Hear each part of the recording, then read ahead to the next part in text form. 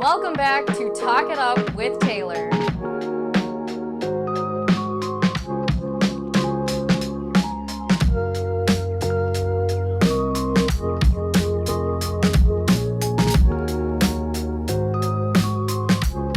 This is the 11th episode of Talk It Up with Taylor. Thank you all for coming back and joining me. As I promised, I brought on my Aunt Dory for this 11th episode on Talk It Up with Taylor. She has her own podcast called Lighten Up Ladies. So naturally, since we're both related and since we both have podcasts, we ramble. We talk it up.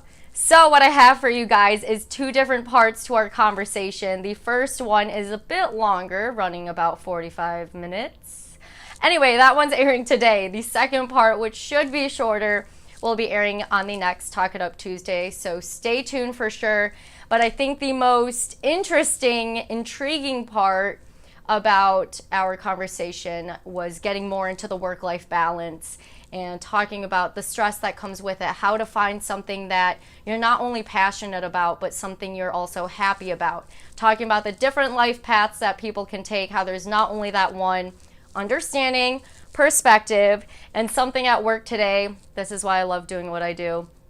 You hear so many different perspectives. You hear people's point of views. And while I cannot share what my story was on that I shot on today, because it's airing tomorrow. However, in next week's episode, I'll give you a little insight into what my story is on tomorrow. It is probably the most fascinating story I have ever covered, and a little gory too. So anyways, jumping right in, I hope you enjoy this 11th episode of Talk It Up with Taylor, and of course, welcoming in my Aunt Dory. Well, finally, I would like to welcome you all. Of course, you heard it is the 11th episode of Talk It Up with Taylor, and as you can see, I am joined with someone else. This is my Aunt Dory. She is a wonderful person. I would like to introduce you all to her.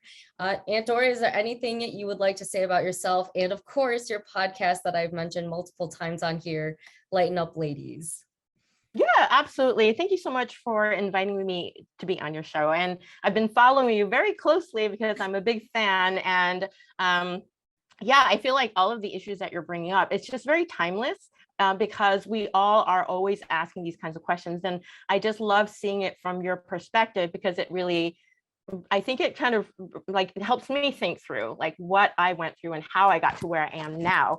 And the reason why, and thank you for asking about the podcast, I started Lighten Up Ladies about the same time you did, we're accountability partners, is because I really felt like, there's so much going on right now in the world, and there's so much stress, and there's so much that a lot of people are thinking about, because we've had an opportunity, I suppose, to kind of isolate ourselves and think about what's important. We've lost a lot of abilities to access things, and then we gained some things too. And so this kind of stirs up a lot of transition. And, I'm in midlife, and I thought, there are a lot of people in my position, women in midlife, who are not only dealing with the transition of the pandemic and all the things that come with that, but also this is sort of like the second stage. And there are a lot of people who are dealing with a lot of questions and what to do at this point, sort of the things that you were talking about, like, is this what I meant to do? We're still asking. So I don't know if that's inspirational or kind of depressing, right? Well, hey, I think mine touches more on the quarter life crisis. Yours is right. Life crisis. We find that life. It's like, what's up ahead, people, right? and I think it applies to a lot of things we talk about. Exactly. It's sort of like the same, but then it's sort of like, here's the next round. Like, I have the benefit of quarter of a century or more on what you were asking. And so now looking back and looking forward, and also I do a lot of like questioning of people who are in the, further along from us, the 3/4, and trying to think of like what next and what's important, and, how can we live the best life possible, which is essentially like what you're thinking about too. Like, is this right for me? How do I be authentic? And then investing so much into something and thinking, should I stay the path, or should I do something else? Or what am I here for?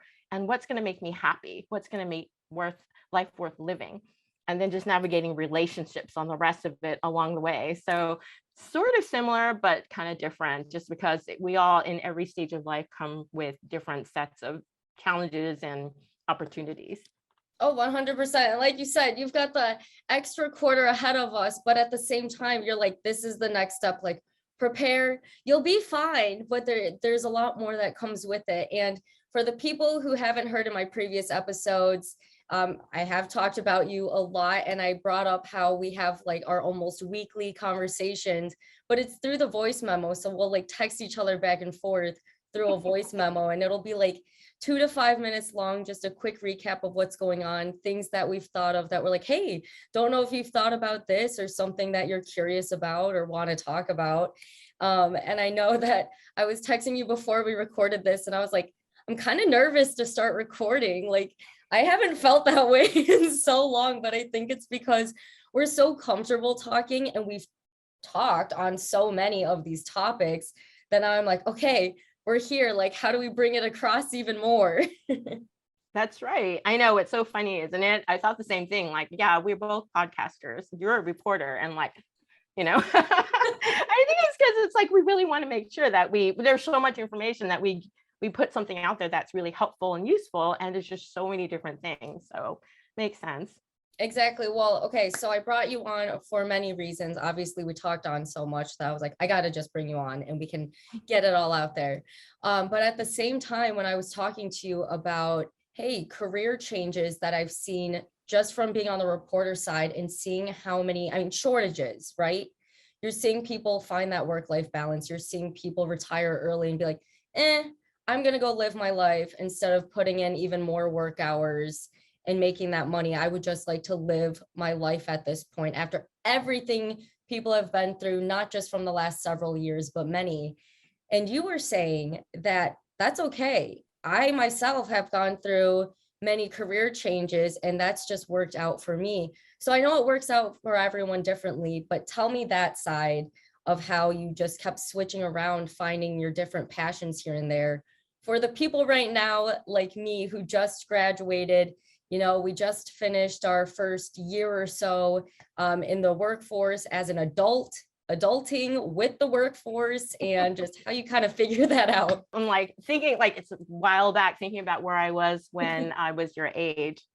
And so basically, one of the things that we were talking about is and just understanding that everybody's journey is different. There will be people who, especially people in my generation, who really don't agree with what I'm about to say. So I can only speak to what I've observed and also my personal experience.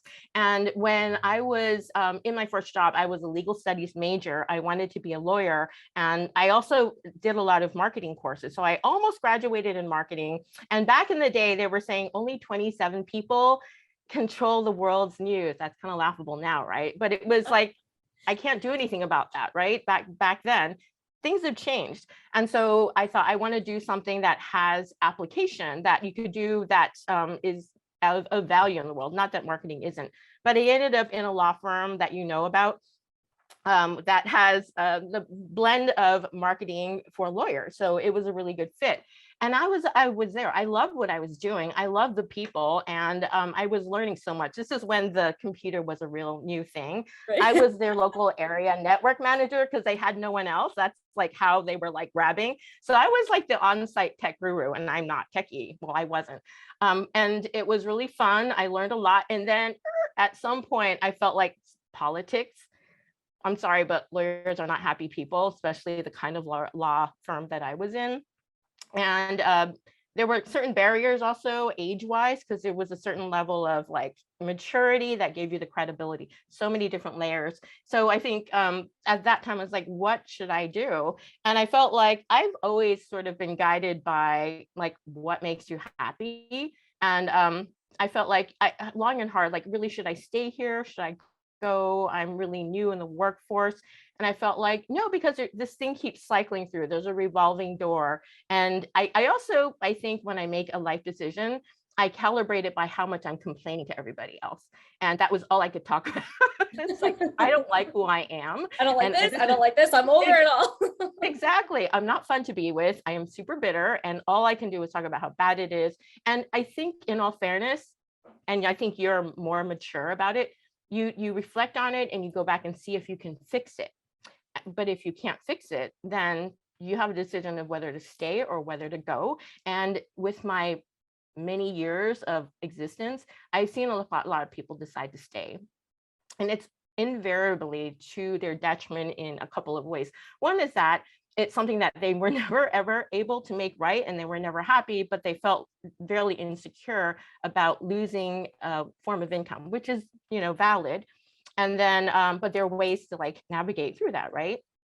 And then the other piece is that they've never been able to see what their potential is and ask the question, what am I here to do in the world versus like, I'm stuck here and I need to make money. I think that the question that you ask yourself in life informs the quality of what you get, right? And so if you're asked like, how do I stay stable? And, how do I like make myself fit in here? How do I get through my day, right? Those are not the questions you want to have answers to, because what you want is what's going to make me happy? How am I going to thrive? How am I going to, like, what are my dreams? What I want 1, 2, or 3 years from now? And then based on that, you're going to get the right answers, because it's probably not where you are now if it's somewhere that you've already been and you've tried to make things better and it just isn't getting better. And one of the analogies you and I talked about is like when you go on a date, right? Yes. I've decided I'm going to date this person. And it's like, well, now you're dating and you realize, no, it's not working out. Just because you said you're going to date that person, there's no ring on it, or whatever we do these days, because things are changing all the time, right? Yes, but they there's no commitment or anything like that. But you feel like, because you said you're going to date this one person, there's so many people in the world. You're being young, and even at my age, like there's so many things I haven't seen. Mind you, I'm not saying run your personal dating life like you do your work Yes. life. That would be bad. Don't follow that advice unless you want to. No judgment. But it's kind of like that. I committed to this job. I don't know what it's about. And now, because I said I would come in, I'm stuck here. Or even like whatever you studied, I studied this for 4 years, whatever amount of years, and now I'm committed and I can't do anything else, because now you've boxed yourself in. And I think that life is about evolving and learning and experiencing. Just like when you're dating, you are kind of figuring out what works and what doesn't work. And I think you'll agree, like you'll go through a situation and think, well, actually, I like that about that person, but this didn't work so much. And so that gives you the opportunity to free them, because you are freeing them to find the right person while you find the person with qualities, and then you evolve. And honestly, not that I've dated a lot, right? But I've seen that what you don't like, and it's easier to identify that. But then you also get to see what you do like, because sometimes you don't know it exists until you experience it. And like, I want more of that. And so it makes sense in that context, not to like marry the first person that you date, but that's kind of what they're telling you to do in the workforce. You started this job, you've committed, and now you're stuck. Now deal with it, right? And so I decided, I'll try something new. For me, that's sort of how I guided my career. And luckily for me too, because tech still was so new, I was always the most technical person, or I could always figure it out. And so I was able to go through commercial real estate. I was a grant proposal writer. I was a recruiter. I was a marketer, and I was somebody who was in sales, because I was afraid of sales. That's the other thing. Like, if you're afraid of it, like, give it a try. And just, I don't like to be one in fear. So I did sign up to be a salesperson when I didn't know anything about sales. And so it did okay. And then I graduated into doing operations and working for all different kinds of companies. And it was just guided by what makes me happy and who do I like to work with. And as I was interviewing, I actually, okay, you and I ask a lot of questions. So I would, not on purpose, take over the interview, and I would say, look, I know I have the skill set, you have my references, you have my resume, but I think the thing is, like, are we a good fit based on your politics, or how what do you call it, the ecosystem, your environment. Am I going to fit into your environment, your culture? I used to be a recruiter too. That was the other thing I did. And the thing is, 25% of the time it would stick. Most of the time it wouldn't. Why? Because you're looking at skill set, you're not looking at personalities. And so it's sort of like, especially if it's a small company, and we're all kind of small companies because there are departments in big companies, especially in small companies, there's a culture, a corporate culture. And so when you go in there and it's clearly, and I think the signs are, you go in there and you feel immediately like constricted. You feel it in your body and you feel like, this isn't me, I've got to be a totally different person. Then it's probably not going to change. It's not the right place for you. And I think following your intuition and kind of like knowing what's right for you, knowing yourself, it's a big part of, I think, the journey, because you learn as you go. And so for me, I mean, to go back to your question, I think it's following your instinct, and think of it as a journey of personal development, and also thinking about what's going to make you happy constantly. That's like your question, the quality of your question. What am I about? Who am I? What's a good fit for me? And what's going to make me happy? And something I've been doing more recently as a business owner is, time travel, right? It's like Back to the Future. If you've seen that movie, oh my goodness, I'm dating myself. I haven't. I already said midlife. So they went in time, right? And they figured out what was going to happen. They thought, I don't want that. So they went back in time and reverse engineered it to what they wanted it to be. So I recently got certified as a neuro-linguistic programming practitioner, which is hard to say when you have braces. And basically, I learned that, a lot of it is just like thinking backwards to what worked and thinking forwards to what you want, and then reverse engineering it from now to then. And I think you have so much more likelihood of getting what you want, because now you're asking the right questions. There we go. I really like that. Asking the questions, especially when you look inward to yourself and being like, okay, is this what I want? Is this making me happy? Is it just for the money? Like, is it, just to prove someone that I can do it? I know a few people who, they went into something and they were really good at it. They could have fooled anybody that this is what they wanted to do. And they got to it and they were like, actually, I'm out of here. Like, this is not me. I'm not even interested in this. Like, I just wanted to show them that I could. I did. That's awesome. But this isn't what I want to do in life. So let me ask you, you mentioned a little bit on fear. And I know for heaven's sake, my first episode was hit the record button. And it was all because I was afraid to hit the record button and just start talking. And now we're losing our train of thought. So the fear factor. It's a matter of time. I know. Yeah, fear factor. The fear factor. How would you describe or give people advice on distinguishing the difference between a good fear of you should never be afraid to succeed, but sometimes, I know I talked in my last episode, the intimidation of your own power versus the fear of, oh my gosh, I suck. I'm going to get fired. What are they going to think of me? How do you break up those different fears of, okay, no, this is good. This is going to help push me forward, whether, I stay at this place that makes me happy, or I go somewhere else that makes me happy, or if it's just you running around clueless because you're like, I'm just afraid of everything. I don't know what to do. That is such a good question. I think that it's a real fine line, right? It's like you have to kind of experience it to know the difference.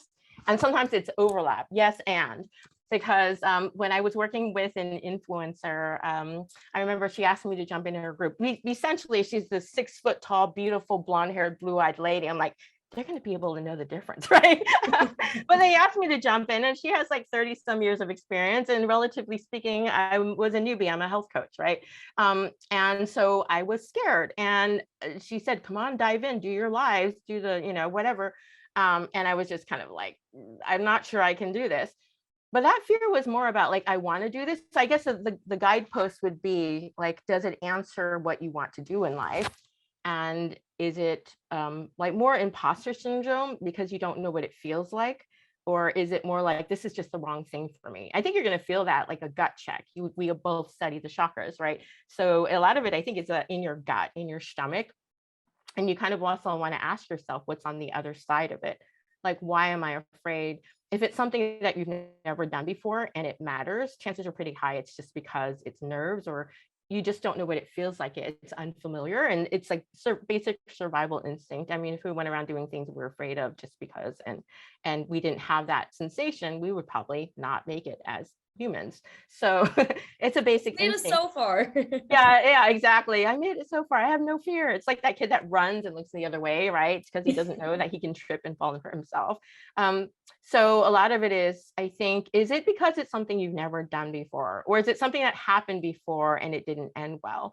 I think that's really helpful, because a lot of times when you're able to do something that is not familiar, you do it scared. It's not like it's going to go away and you can't reason it away, because it's your body saying, I've never done this before. It's new.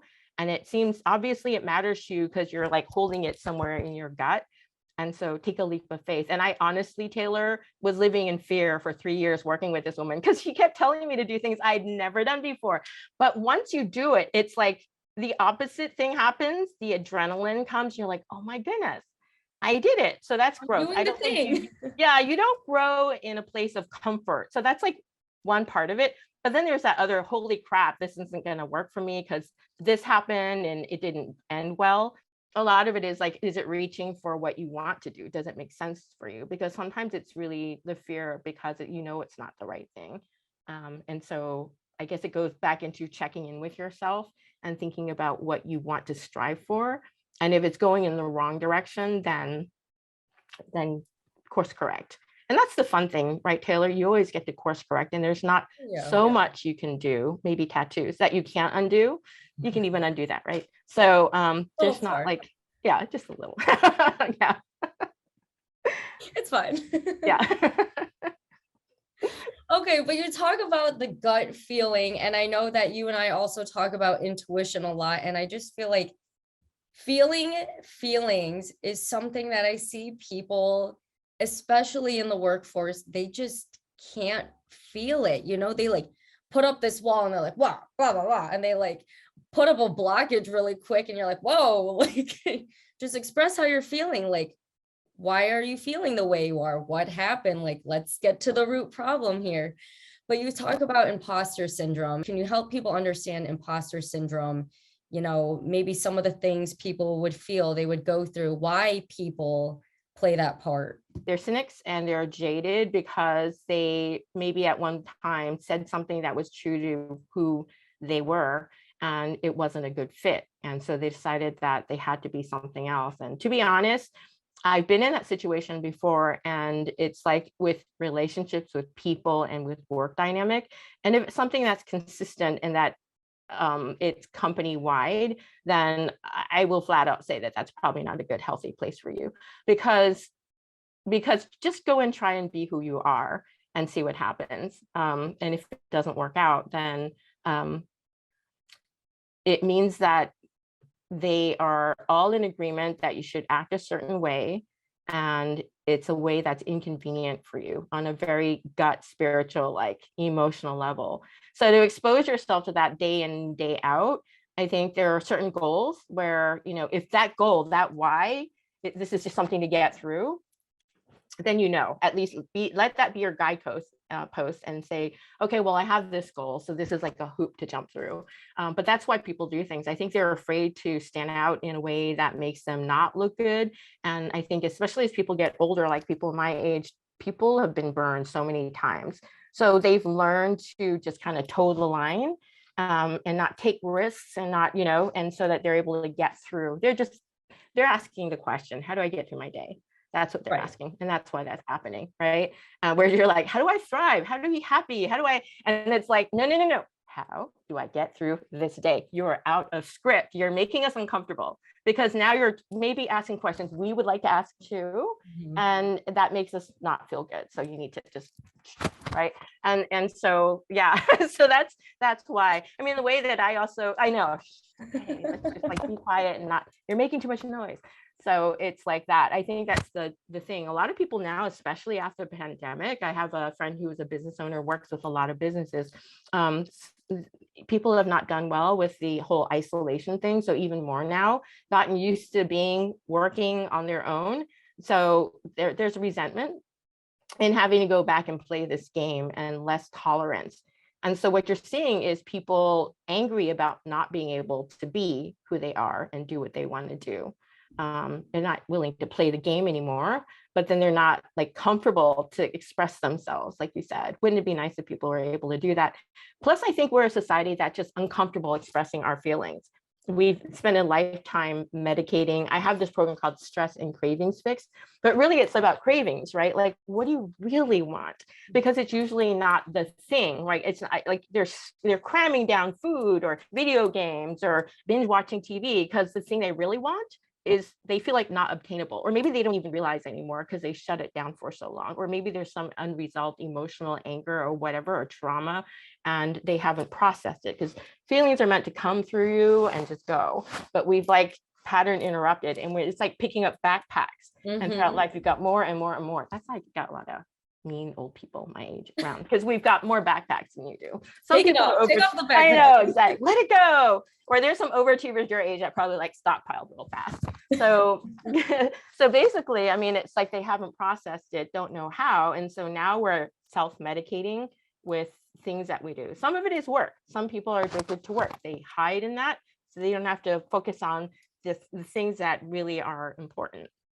And Okay, so, I love how you transitioned it right there to the isolation, as well as people are blocking these feelings. They're suppressing it down. I know I've talked about that on here before, but they don't even want to feel the feelings, or they've pushed it down so far to the point that they've automatically trained their body to not even think about it, just be like, okay, push it down. And then it like boils up over time, and then it explodes. And you're like, oh boy, like all I did was snap my pencil and I'm, having a temper tantrum, but it's because of all these other underlying things that have happened.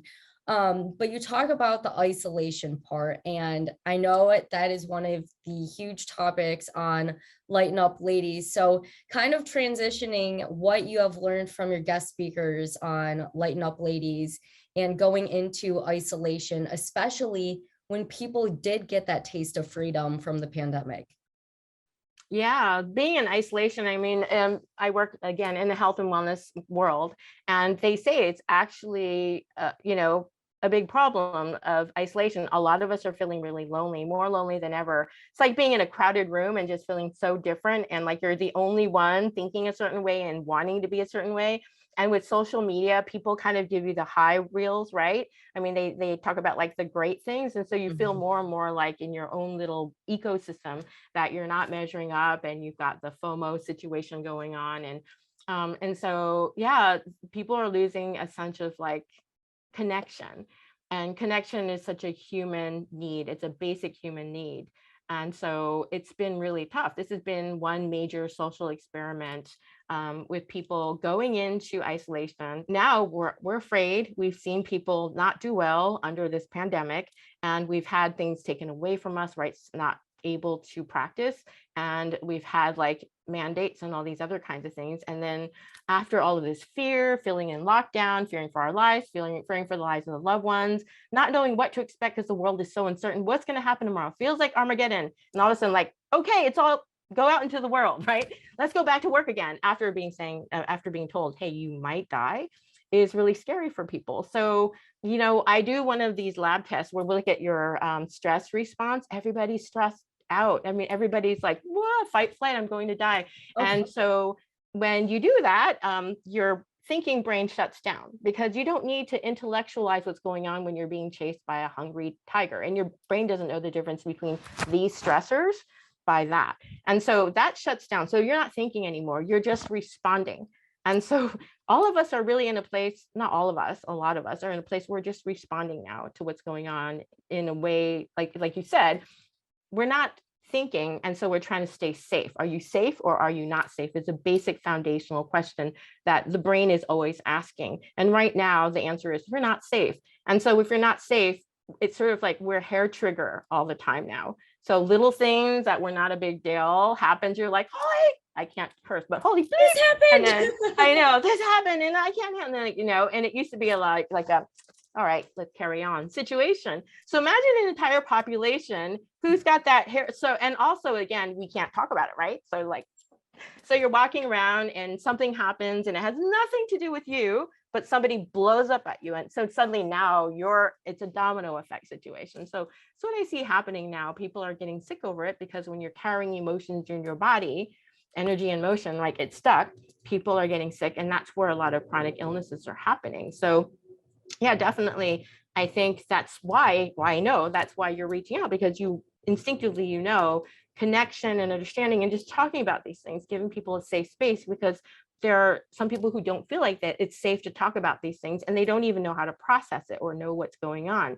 So bringing it to light the way that you're doing helps people, oh yeah, oh yeah, maybe that is what's happening. Like you're cracking the doors open. And the way that you do it is like kind of light, kind of humorous, but then also from a personal perspective. Not, I know everything, everybody listen to me, but more like, got some things figured out. I'm looking around at this and I'm talking to people. So I think it opens it up even to people like who are old and like me think I know everything.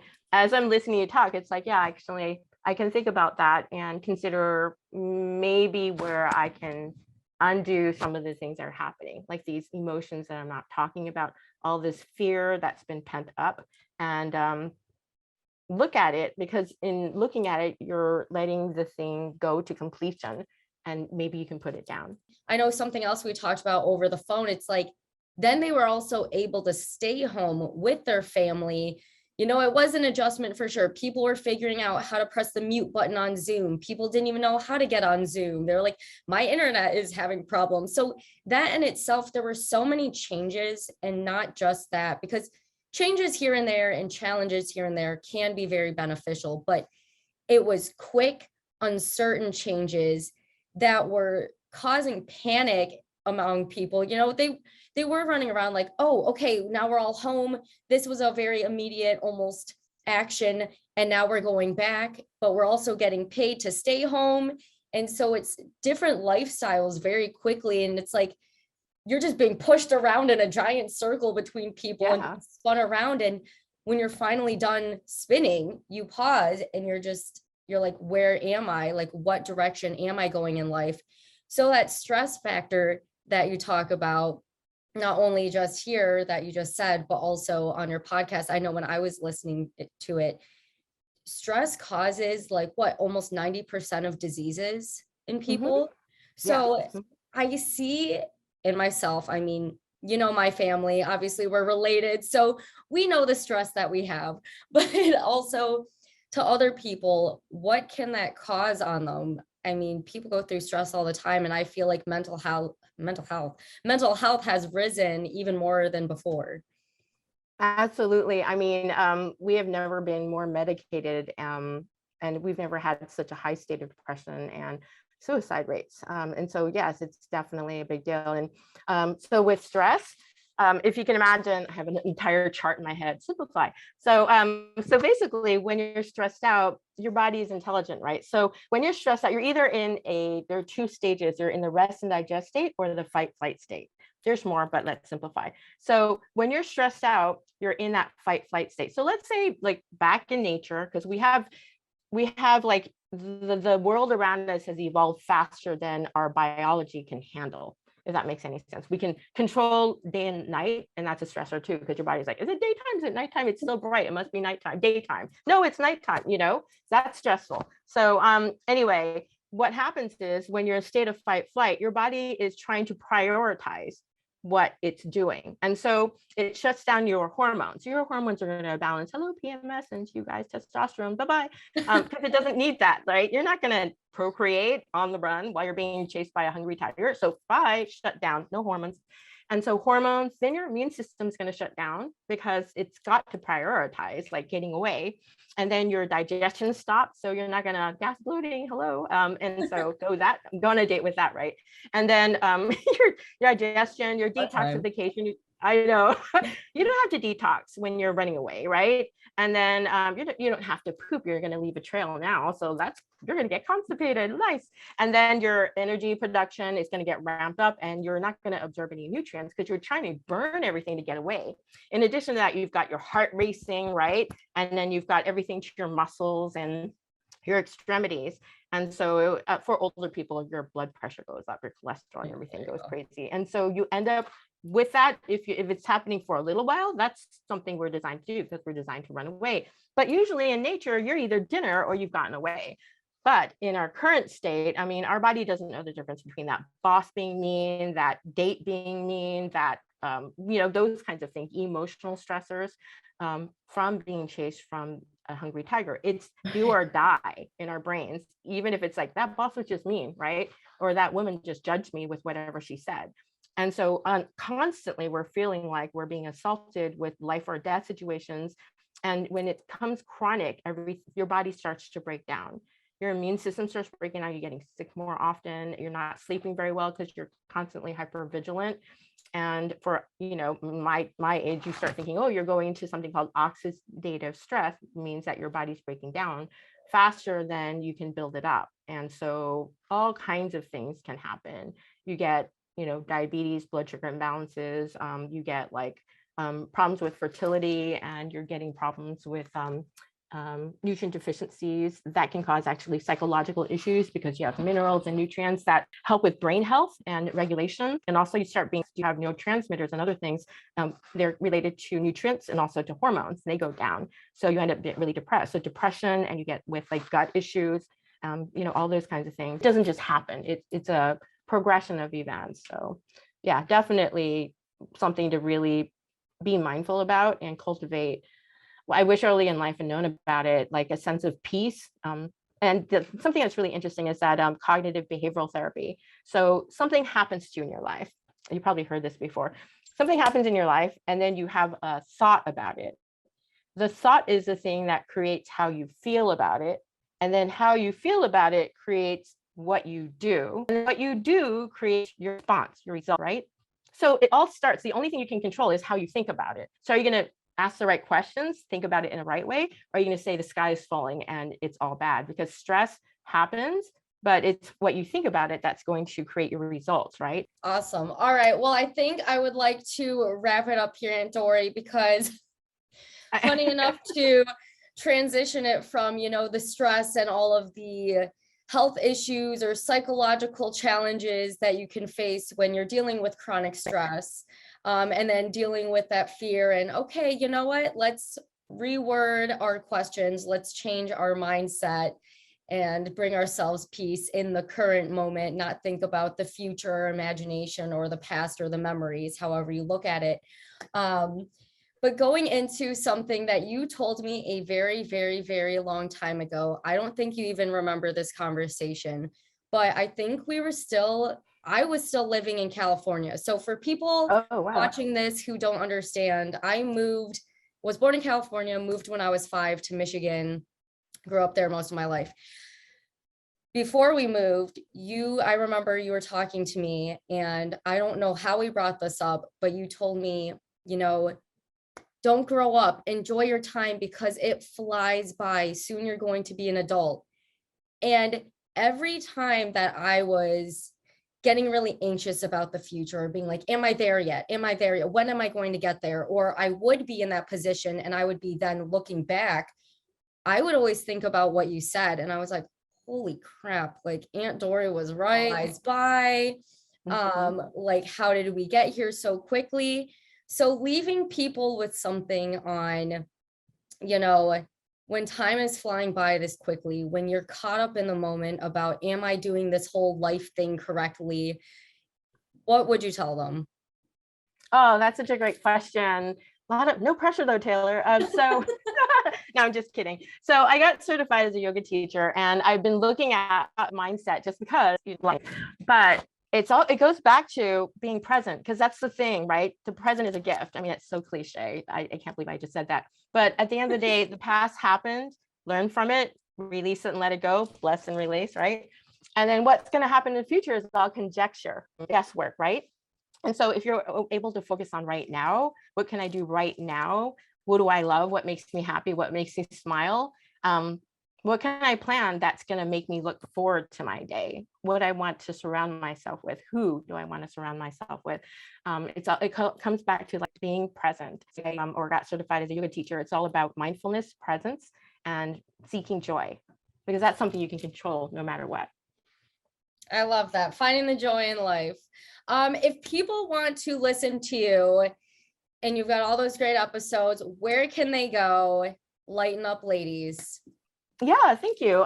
So I'm on iTunes, and I'm on Stitcher and Spotify. So in most places where you find podcasts. So, and I'm also in Instagram, Dory Martin Dory Martin Coach. And so you find me there. Perfect. All right. And then any last things on Lighten Up Ladies, just to give people little introduction? I know we talked about it in the beginning. I feel like there's a lot of information that I wish I knew when I was younger. Obviously, there's some things that old people my age worry about that y'all don't have to worry about. But I feel like, it's always good to look down the line just to see what generations are doing. Like I was saying, it's fun to look at what you're doing because I'm learning a lot. It's like time travel way back. And then and then looking ahead. And so I think it's kind of fun just because it gives you more life perspective, being able to see kind of like what the broad range of things are versus where you are right now, right? We were just talking about focusing on the now, but I think when you're thinking about like how you want your life to play out, look at what's working. Like that's what I love to do. Look at what's working. You might find something that is interesting in there. So I encourage you to hop on or share it with your parents. And then do what you think is inspirational and work for you, and then just leave the rest. I think in general, but also if you want to hop on and listen to what people my age are talking about, then I invite you to get in there and listen in. All right. Aunt Dory, thank you so much for joining Talk It Up with Taylor. We finally brought you on. I know there's going to be a lot more we can talk about because you go into the isolation, the eating disorders, and the stress. 3 key things I want to get into, especially with you, since you're talking to the experts. You have that expertise background. So I know that's something I'm going to want to talk to you about. And for those of you listening, of course, go to Lighten Up Ladies. You can find on almost any podcast platform, and anything else. Oh, that was it. This was so much fun. And we did it, I think, within an hour, right? We were afraid we would go into like, because we talked for like an hour and a half or two. It's like because you asked 3 questions because it takes about 20 minutes for me to answer each one. So Hey, that's my job to guide it, and I'll just let you talk. Well, thank you for joining. Well, thank you so much. I appreciate the opportunity. Of course. Bye, Aunt Dory. Sounds good. Bye. Fergie's going to join us. Never mind. She's not going to join us on this exit out. Thank you so much for listening to the 11th episode of Talk It Up with Taylor. I hope you all gained great insight on that work-life balance and that you don't always have to follow the status quo. High School Musical is playing in my head. Get over it. Anyway, if you want more information, go to talkitupwtaylor.weebly.com. I will have more podcasts coming out on Spotify and Apple Podcasts. It is a hassle to get it back on there and re-download as just an audio file, since I am also doing the visual portion on YouTube. So there we go. But if you want to check out my Aunt Dory, her podcast, Lighten Up Ladies, go to Spotify or Apple Podcasts. Eventually, she will also be on Pandora. So stay tuned with Talk It Up with Taylor. We will have that second part with my Aunt Dory coming up next week. And I will see you for the next Talk It Up Tuesday.